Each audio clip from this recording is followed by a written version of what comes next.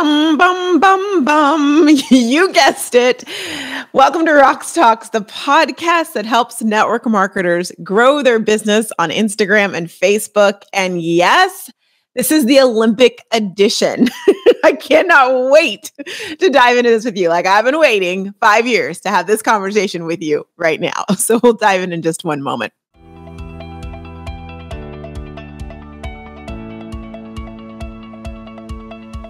From the Olympics to a little ho, ho, ho, sleigh bells ring. Are you listening? Yes, I'm going there today, y'all. I want to personally invite you to join me this month at the Slay Your Sales Network Marketers Strategy Holiday Workshop. That was a big mouthful, but what you're going to love is it's going to help you get in gear for the holidays. You're probably thinking it's August, Roxanne. I've heard of Christmas in July, but not in August. And oh my. It's time to think about the holiday season as a business owner, because that's what you are, which means this is the one time in the world where I can say like you're behind, not behind, but late. It is too late to plan your holiday plans in November. It is way too late if you're figuring out a few days before Black Friday. It is way too late if you're trying to get your sales, hit your numbers, get your volume going in December. I don't care what or when or how your company is going to be giving you holiday specials, because 9 times out of 10, they do that too late for you. The reality is that big businesses are already having their holiday sales and implementing those, and they're going to start as early as October. You might say, well, I'm not a big business, but the truth is people have, unless they've got a money tree growing in their backyard, and if they do, they need to give us the seeds. People only have a finite amount of money. And so you want to make sure that you have your strategy in place so that you are able to get the sales, so that you are able to get new people who are exposed to what you have to offer. And again, that's also going to help you build your team. If you would like the complete strategy that I give, this is the 3rd year I've been doing this, and it's given such great results to those who are part of the workshop. I encourage you to go to socialstories.com/holiday for all the information and more. See you there.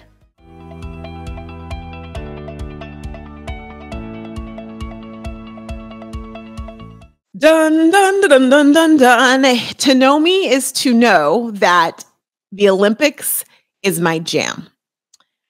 I think that people that I've just met over the last couple years didn't take that seriously, but now you do, because you better believe that over the last 2 weeks and some change, all focus for me has been on the Olympics. I mean, I scheduled out time. I blocked out time so that I could be watching it.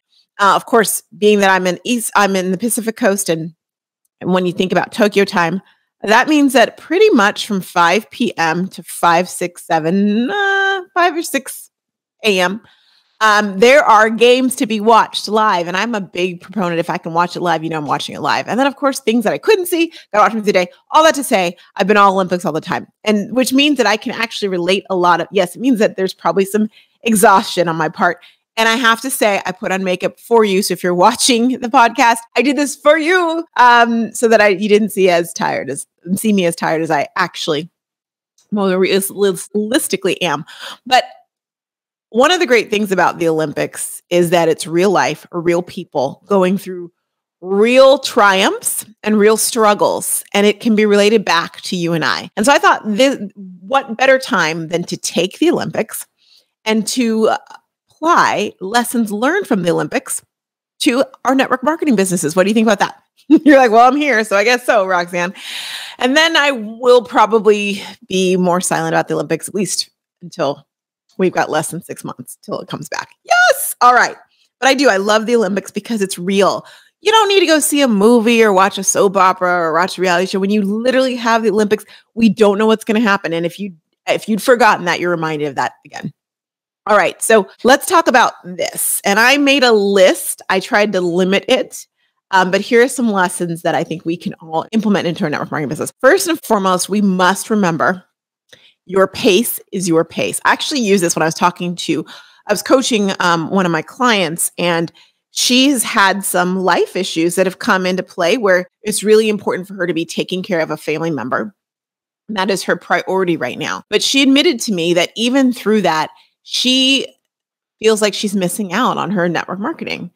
She feels like she's being left behind. And I said to her, listen, so-and-so. Um, this is just like the Olympics. And I gave her this analogy and she took it. I think you should take it as well too. Did you see, you may have not have seen, her name is Sifan Hassan. She is a longish distance runner. And the most remarkable moment was when she was in the prelims for one of her races. I think it was the 1500, was the 5000. She does those. And the person in front of her fell down and she was right behind her. So Sifan, Hassan, I'll call her because that's her last name, ran over her and fell down as well too. Well, she got back up, started running, and she ran all the way. And she was well behind. She ran until she was in first place and won that heat. It was a reminder to me when I saw that. I mean, so inspirational. I'm like, that is amazing. I was cheering for watching, like, go, go, go, go. What you don't know about her in general is now that I've watched her do many a race over the Olympics, I know that her strategy in general is to be in the back. She runs her race. She's not concerned about the 9 or 10 or 8 other competitors being in front of her because she runs her race. And when it's time, she will get it into gear and she wins the stinking heats. It's amazing. She already won 1 gold medal. She's going to be running again, I think Friday Friday morning. By the time you listen to this, it'll be done, but she'll probably win again. Here's what I'm reminded of, not only her falling and getting back up again, right? Which is similar to when you have a life experience that is more important. When you have a priority that is more important than your business and you've got to take a pause, right? For some of you, that was, golly, I'm a teacher during this COVID craziness and it's just overwhelming and I cannot focus on my business right now. I've got to put that on the back burner. Or maybe it's, I'm trying to homeschool my kids or hybrid with my kids and that has to take priority. Or I'm taking care of a loved one, whatever it may be. We have to remember that is okay. Our pace is our pace, right? And even if that means we've fallen down, for example, for a moment, sit there, do what you need to do, and know that when you get up, your race is your race. Just because people in front of you, behind you, all around you feel like they're going faster has nothing to do with you. Let us remember our race is our race. And the great thing about it is you can win your race in the end, regardless of how many times you may stumble. The second reminder or lesson learned from the Olympics is that your, ready to fill in the blank, integrity, your safety, and your reputation is more important than your rank. I'm going to say that again. Your integrity, your safety, and your reputation is more important than your rank. You know who I'm talking about. You know I'm going to Biles, which we'll talk about Simone a couple times here, but what a reminder of that. Think about it. She'd already has the nickname of being the GOAT and has accepted that moniker. She decides to come back to win potentially 6 gold medals. Everybody is relying on her. Truly, everyone's relying on her, not only her team, but her country and the Olympics as a whole. It wasn't just the Team USA and NBC who made her the face of the Olympics. She was the face of the Olympics as a whole across the world. So you can imagine, and by definition, we must remember this. We must remember this. By definition, a Olympian is a competitive person. And that could be said for many a network marketer as well too. So when you have all that on the line and you know that something is just not jiving with you, that something is off. Maybe it's that you're being told to reach out to 200 people. I'm being serious. I'm not kidding. 200 people with a message that just doesn't sound like you and is going to really question your reputation. Maybe it's doing something that you just don't feel comfortable doing or saying something that just is not you. When faced with that for her, which was literally, do I jump up and twist around in the air when I don't really know where I am and could break something, or because the world is watching, what do? You must remember that your integrity, what you put on social media, how you do your business is how people will remember you. They don't care about your business. They're going to remember how you did it, right? They don't care. So ultimately, you have to decide when you make decisions on social media and for your network marketing business as a whole, is that in line with my reputation? Is that in line with my safety? Is that in line with my integrity? When you're overwhelmed and you've hit a wall and you know that you need to take a break, You don't want to because your upline might maybe send you something saying, if you're not doing these 12 things, then you can't complain about not doing well in your business, or you just feel the pressure and it just makes you a worse human, right? Makes you someone who's mean to your family, and who just is not doing things right. Who cares what other people think? Take time, protect your space, protect your sanity, and take time off. Take time away. You're not a slacker. And who cares if that people say that you choke? We'll get to that later, but that's one of the most annoying things. We're like, really? Do what's right for you. For ultimately, you have to answer to you. And I'll go one further. If people are calling you names or judging you for your decision to keep your integrity, your sanity, your reputation intact, then they never really saw you as a human being to begin with. Yes, that's a message to those who are bagging on Simone Biles. If you feel that way because she decided to be safe, then you didn't care about her as a human being to begin with. And that's the same. How many of you have ever felt like sometimes your upline cares more about the money that you're spending to like fill your bucket or the amount of business you bring her than you? Come on, we've all felt that way at some point in time. You know that? Now, I would like to believe that they care about you more than they care about what numbers you bring to them. But ultimately, it doesn't really matter what they care about. You have to protect you because at the end of the day, you are responsible for you. You're the only thing you can control. And if you know you need to take a pause, and that's from social media. Like I tell my social stories members who get overwhelmed, who are like, I can't help, like, don't post then. I'd prefer you to be fully you and feeling good before you post or go do a live or whatever. Because if you're not, can see something's off. We could see when Simone was in that air and I'm not even a gymnast. I could tell something was off. And then the look on her face, I'm like, this is not right. Imagine the gymnast who knew exactly what was wrong. Like she's lost in the air. We must protect ourselves because ultimately we care more about it and we should than any other people. So you just need to don't worry about what they're going to think and protect your reputation, integrity, and safety. The next thing is realizing that your why might change and that's okay. I don't like to talk about your why a lot because in some ways I feel like it's so freaking cheesy. I do. But I understand because it's like, what's your why? Your why is not big enough. You need to work on your why. Your why needs to make you cry. You've heard these things, right?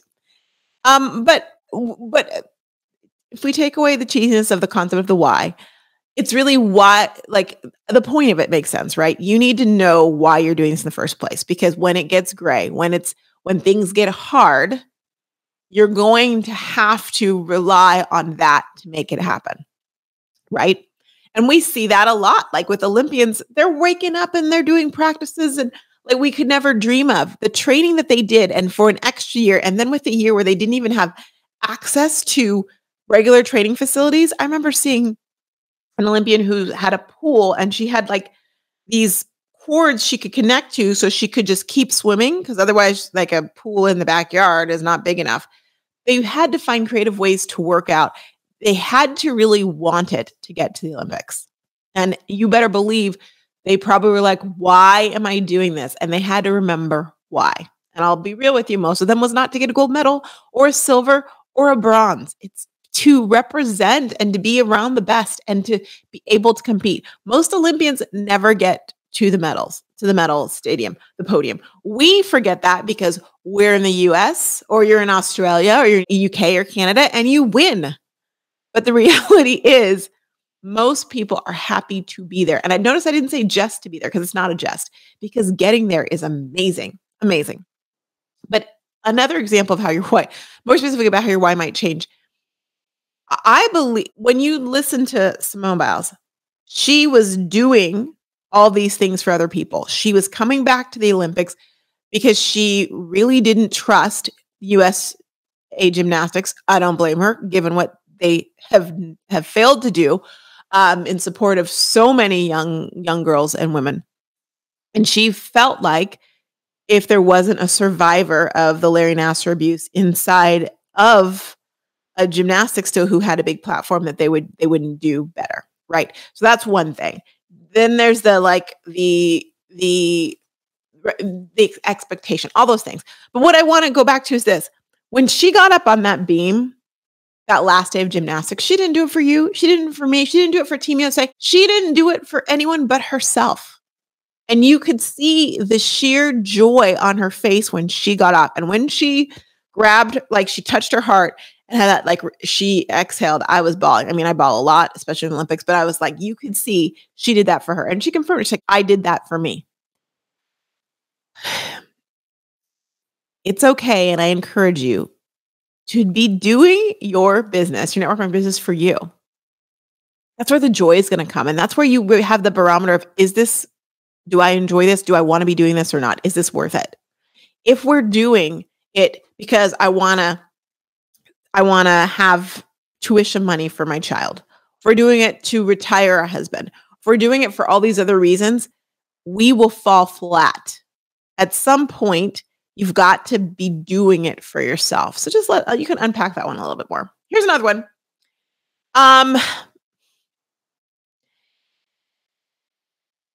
I don't care if you are interacting with your upline, your downline, a sideline, a customer, a former customer, someone who said no. Be a good human, because you never know when the tables are going to turn. You never know when someone who was your downline is going to be your upline. You don't know what's going to happen. You don't know what companies you're going to. You're never going to know when someone who is your customer is going to be someone that you're suddenly their customer, or vice versa. Be a good human. And here's a great, I mean, you're like, obviously, Roxanne, but we should be reminded of this. And here's a really great reminder and a backstory that you may not know if you're not as obsessed with the Olympics as I am. There was a race, and I don't even remember what race it was. It was on track and field. And there were two competitors, Isaiah Jewett from the US and Nigel, his last name, I think, is Anas. I can't even read I told it to you. No, I can't read my handwriting. Nigel ends with an A, and he was from Botswana. They're running. And as you watch it, you can see that as Isaiah from the US is ahead, he's running, and the back of his foot catches Nigel behind him. Nigel like clips him basically, and they both fall. Now, I don't know if you watch track and field. There were some competitive people. There are people pushing and shoving in races. I'm like, is that even allowed? There's one whole day where I'm like, I think you should all be disqualified. What Isaiah did in that moment when Nigel flipped him and they both went down, Nigel was sitting there apologizing to Isaiah. Like, I'm so sorry. I'm so sorry. And Isaiah said to him, it's okay, man. It's all right. They shook hands or hugged or whatever. And he said, but let's go finish the race. So he encouraged Nigel to get up, and the two of them together finished the race. I might start crying. I'm sorry. The Olympics get me really emotional because it's just so amazing. And these are real things. I know I'm really doing this. Okay. Here's what's so amazing about that. And I remember right after the race, I was so bummed for them both. And I remember Isaiah was being interviewed by NBC. And they were asking about it. And he was like, you know what? I am really just so honored and so pleased to have made the Olympics and to be able to be here and compete. It's like, that is the best thing. Yes, I did want to be in the finals, but I'm just happy to be there. And they asked him, what'd you say to him? He's like, well, you know, he felt so bad, and I just wanted him to know it was okay. I knew he didn't mean to do it. I was like, let's just finish the race together. Okay. Now, you need to know that not all athletes are that nice to people when they get pulled down by them. Here's the plot twist that a lot of people don't know.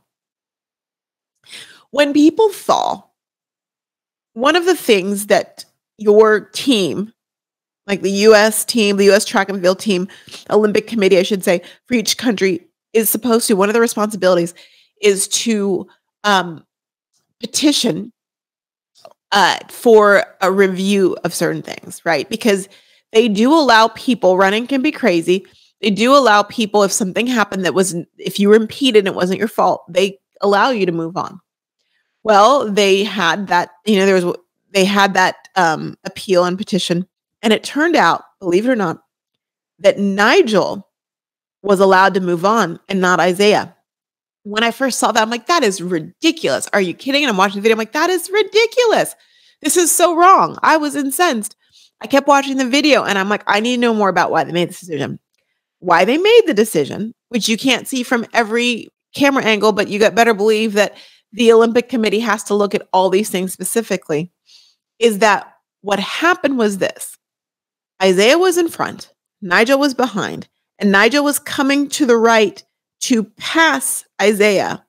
And Isaiah impeded his ability to pass. That is a thing. It can happen. And so he kind of moved and impeded. I'm not saying Isaiah knew he was doing whatever, and he impeded. And that is why he actually got hit and they both went down. So think about this. When they both fell, Nigel felt like it was his fault. And Isaiah could have shown him anger because he was suddenly not in the finals and this was his Olympics and this was his dream. He could have shown, he could have been ungraceful in so many ways, but he chose to show him grace. And the irony of all ironies is when it was actually reviewed, it wasn't Nigel's fault at all. It was Isaiah's fault. Isaiah was the reason that they fell.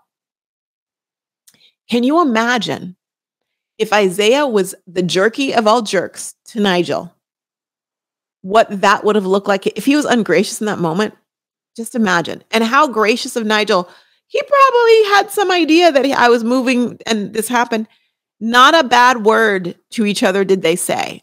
They got up as competitors, were gracious to each other, and the tables turned. Just a reminder, me, you don't know. I can't tell you how many network marketers that I work with where their upline became their downline because maybe they both switched different companies or they were in a situation that wasn't the greatest and their upline who was ungracious to them is now coming to them as they move it on somewhere else. This happens all the time.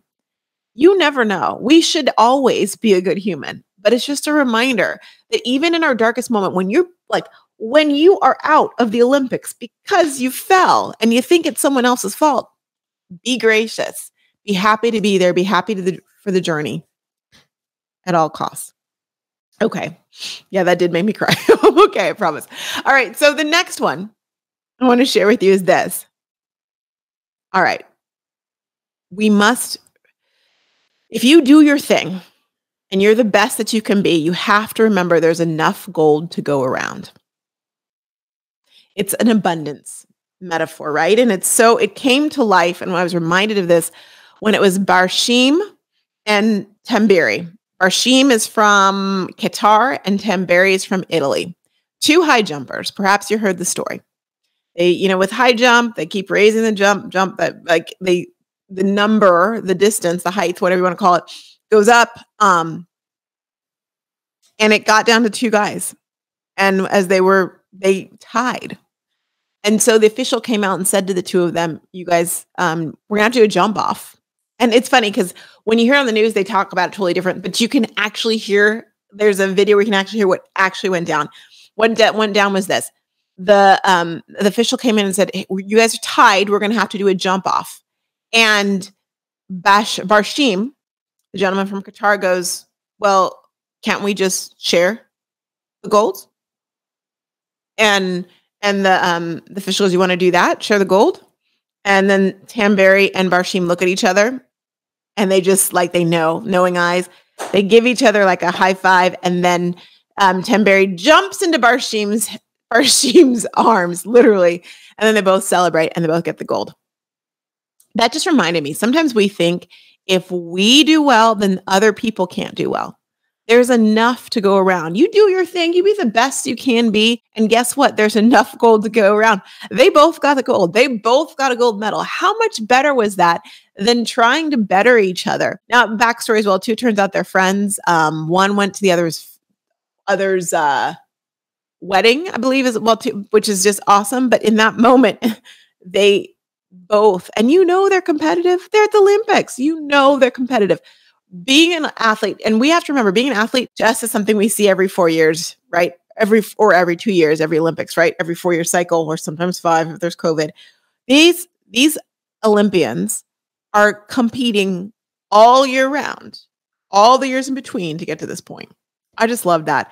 And I want to remind, if you feel like you're behind or you're competing, you're not competing against others. You can do the best you can, and there's enough gold to go around. There is a lot more gold than the Golden Olympics, in fact.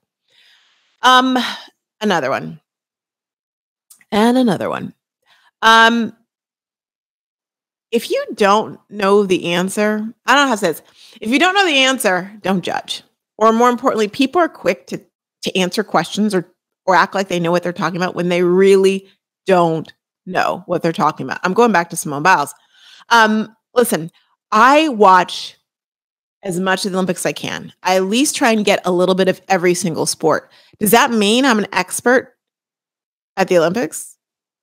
Absolutely not. There's a really funny cartoon. If I can, I'll find it and I'll put it on the page. And it's a guy sitting on a couch. And he's like, oh, she should have stuck that land. Should have put her legs together there. There's too much splash there. And his wife is like, ah, yes, the Olympics.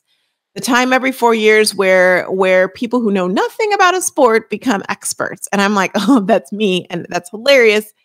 And that's also self-awareness that I realize that's me in the sense of, yeah, I'll say those things, but I don't think I know it all.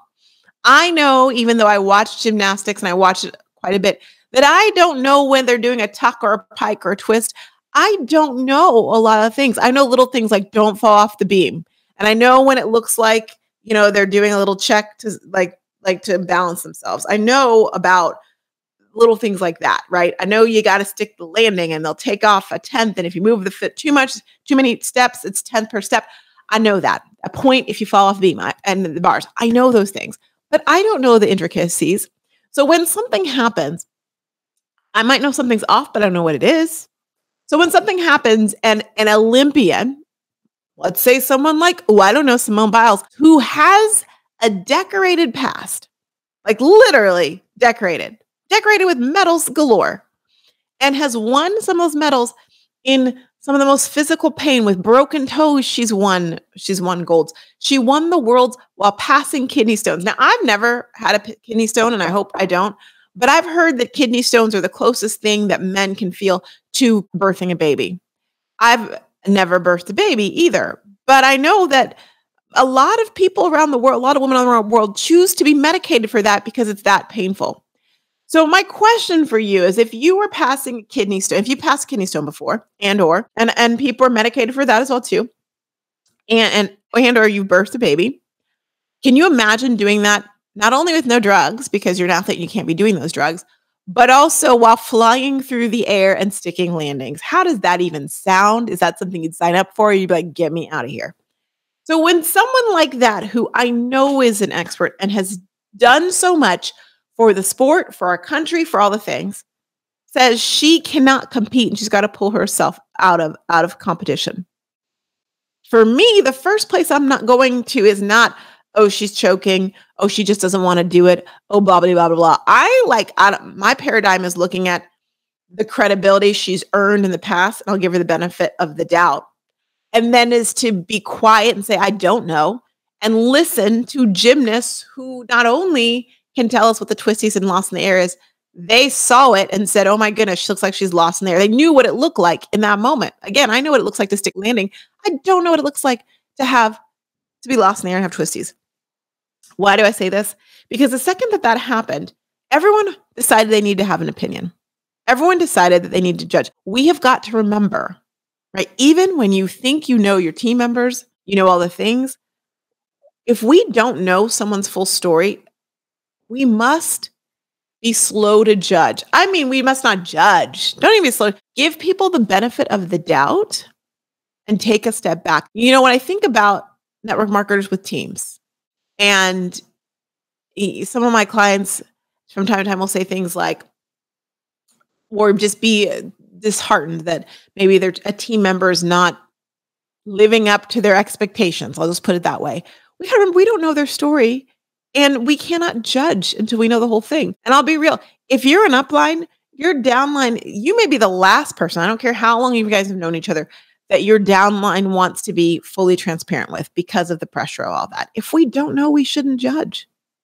We shouldn't. And if you are someone and people are asking you for your advice or expertise, disclaim that. I almost said a bad word. Disclaim that thing. My point is, you can say, listen, I know enough to be dangerous, and this is what I know. Don't get up and start pontificating on, for example, what someone needs to do on Instagram or Facebook, or what type of messages they need to be putting out there or activity if you really don't know. It is okay to say, you know what, I don't know, but I'm open to listening. I'm looking around to find out more. If you know nothing, just because you're the upline does not mean you know anything. First of all, if you know nothing about Instagram because you've been doing everything on Facebook, it's okay to say, you know what, I've been doing much on Instagram, but I know other people are, and let's find out more about it. Don't start standing on this podium acting like you know what you're talking about when you don't. We should have all learned that with what happened at the Olympics. But there are a bunch of couch potatoes who feel like they know it all. What I do love, though, are the people who've come back and tweeted and said, okay, I get it now. I'm sorry that I judged you, Simone Biles. Like that takes a lot to come back and even tweet that. I hope that most people feel that way, but it's not true. We are good humans when we want to be. And when we don't, we can go down a silly little path that we shouldn't. But for us, for network marketing, we just have to remember, if we don't know, don't judge, and realize as well that you can learn. Say you don't know and learn it. Don't act like you know things you don't know. It's amazing. All right. I get, other little interesting, two little other interesting ones is that youth is on fire. My dad, the statistician, was like, Roxanne, if you look at the races, those raced by the youth, the younger ones, almost always will beat the veteran. He's like, that's just the way it is. And I thought, well, that's interesting. And I did see it quite a bit in the Olympics. And, I was trying to figure out why and how does that relate to you?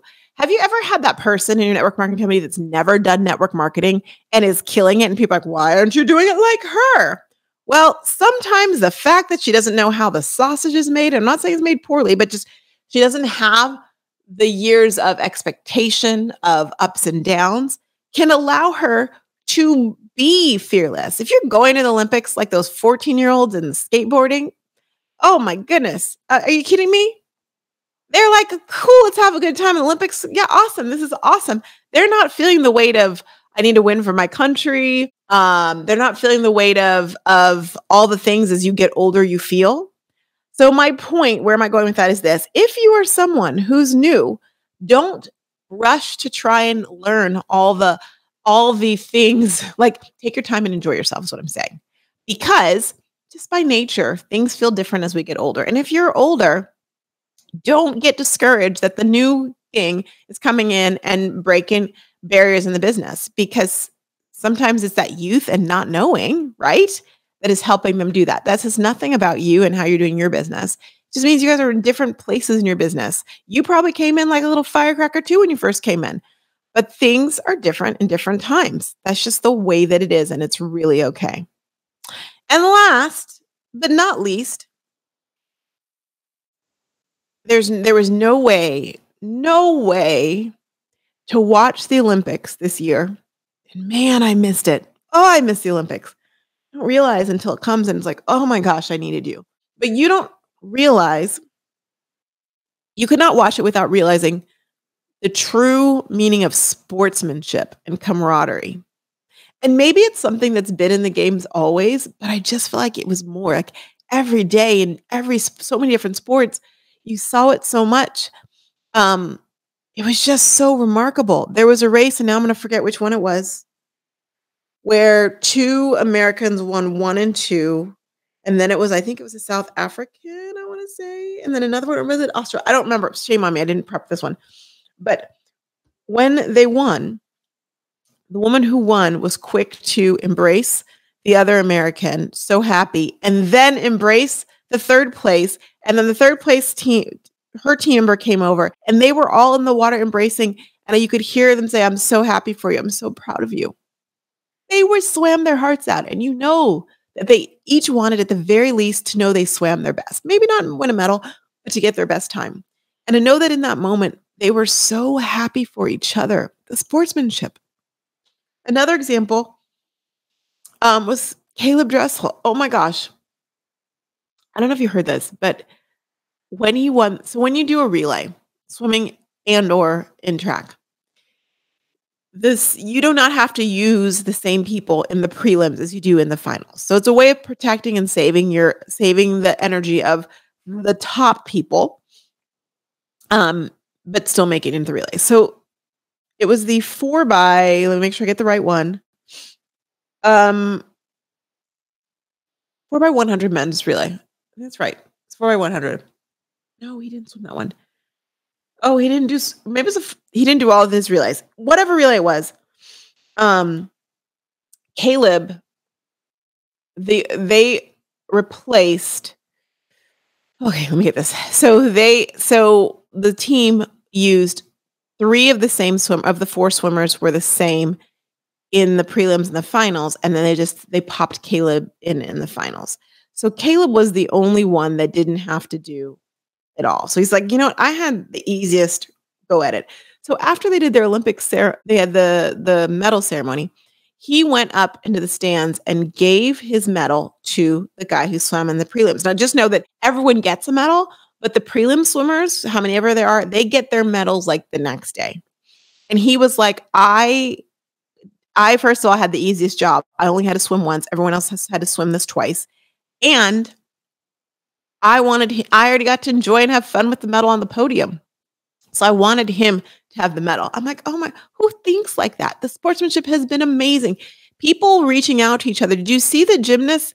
The American gymnasts were cheering loudly for Brazil and for China and for Russia. And we're truly happy for them when they were, and all the team, not just those countries, but they were truly happy for them. They wanted people to do their best. If we've seen that in the past, I didn't notice it. Maybe it's because there's no one in the stands that it inspired the athletes to do that more, or maybe it's the golly, we made it, which I think that has something to do with it too. We made it through these 5 years. Whatever it is, the sportsmanship was so amazing. And it made me remember, not kidding, why one of the many reasons I love social stories so much, because when I created social stories, I never knew that it would become this community that frankly, I never had when I was doing network marketing. And that so many people don't have a community of people, some in the same network marketing company, some in totally different companies who genuinely care about each other and for each other and are rooting each other on.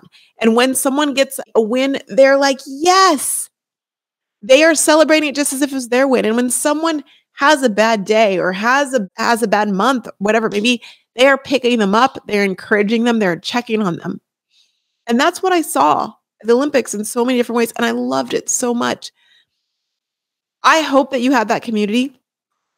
If you don't create it, be there for each other. You are not each other's competition. There's enough to go around. And again, if Olympians can figure this out, when there isn't enough to go around, yeah, there might be a tie. So at most, there's 4 medals. At most, there's 4 medals to give out, right? Maybe 5. Let me do the math. 4. If someone won first and they tied, then there wouldn't be a second place. And then third, maybe they tied. So there's probably at most 5 medals to give away in each. The right 1, 2, no, 4 at most. Well, 1, 2. Yeah, 4. 4 is the most, probably. I don't know what happens if like 3 people tied. There are not a lot of medals to give out. And yet still, in all that, they can be happy for each other and cheer each other on and pick each other up. Why can't we? If you're not doing that, do it. And if you don't have a community that's doing that for you, then find one. Yeah, come over to Social Stories. That's not why I'm saying this, but if you need one and you can't find one, then message me. We can talk about it. Yeah, I'll introduce you to some great people who can help you out. You're like, wait, yeah. Yes, they're in Social Stories, and I can just give you their names if you don't want to join. You just need community. I'm sure they'd be there for you too. The Olympics are an amazing thing, and I could keep on going. I really could. Like I told you, I don't need to take notes. And I'm like, Roxanne, you have to stop. This is what I had. So there's so many great moments. It's not even over yet. Today is Wednesday of the Olympics, and then we've got a few more days to go. And I know it will not disappoint. I so excited to be here with you. If you've listened to this, thank you. I hope that it's given you some type of aha moment and a reminder about what matters in your business, what matters in what you're doing, what matters in life. And if you missed the Olympics, I'm sure you can go over to NBC and watch some highlights, NBCOlympics.com. But mark your calendars, yes, I'm going here, because on February 4th, 2022, the Winter Olympics will begin. And I, for one, cannot wait. I feel a little bit like we're getting spoiled in a little way that we don't have to wait 6 months, of course, because we had to wait 5 the last time, but I'm down for it. I'm here for it. I can't wait for it because it is that thing. I said at the beginning, I didn't realize how much I needed Olympics, and I love them anyway. But to be able to see the world come together in that way. And I know it was a strain on Japan. So Japan, if you're listening, thank you. And I was a little uneasy about I'm like, is it going to happen or not? You already canceled it once. Is it going to happen? Should it happen? Are y'all okay? But it did. And you guys put your heart and soul into it and it showed. And I know it had to be hard to make all these places for all these people and have empty shelves. That's, sad for your economy and all the things. But thank you, because I know my soul needed it. You want to heal from 15 months of uncertainty and wackadoo crazy? Go watch the Olympics. It's a beautiful healer and reminder. And the thing is not everybody wins. We know that. We want everyone to win. I know we do. I was talking to some of the Australia friends who were in social stories, and we were, because they're the only ones that are up when I'm up watching live, and we were going back and forth. And there were times where I was annoyed when Australia was beating us in the pool, and I'm sure vice versa with them. But it's such a safe, wonderful way to see humanity happen. We're not always going to win, but we're not always going to win in life. One more thing it reminds me of is that it really is about the journey. It is not about your title. It's not about the vehicle. It's not about the rank. That's the title. Same thing. It's not about the trip you earned. It's not about how big your team is or how big your customer base is. It's about the journey. And when we understand that what we're doing is teaching us so much more, when we see ourselves like the Olympians who don't get on the medal or get on the medal stand on the podium, who are there, they can all celebrate the fact that they, by Jove, made it to the Olympics in what I would say the hardest conditions ever to make it to the Olympics. And they made it, and they can always say that they had that experience. You may not be an Olympian. If you are, call me. But you have had an experience that not everyone has had. Being a network marketer is a special duck. And what a remarkable duck it is. It is, yes, we have these things we want to accomplish, but ultimately it's the journey that you're going through and what you're learning about yourself and your resilience and about what you can accomplish. That is so, so powerful. My dad always says everything in life prepares you for something you're going to do in the future. And I know that what you are learning from your network marketing experience is getting you prepped for something truly amazing in the future. You guys rock the Casbah. No behind the scenes, because my behind the scenes is watching the Olympics with very little sleep and not always showering. So you already know that. I just want to remind you, you are not ahead. You're not behind. You are exactly where you're supposed to be. Take care, and I'll see you next week for another episode of Roxtalks.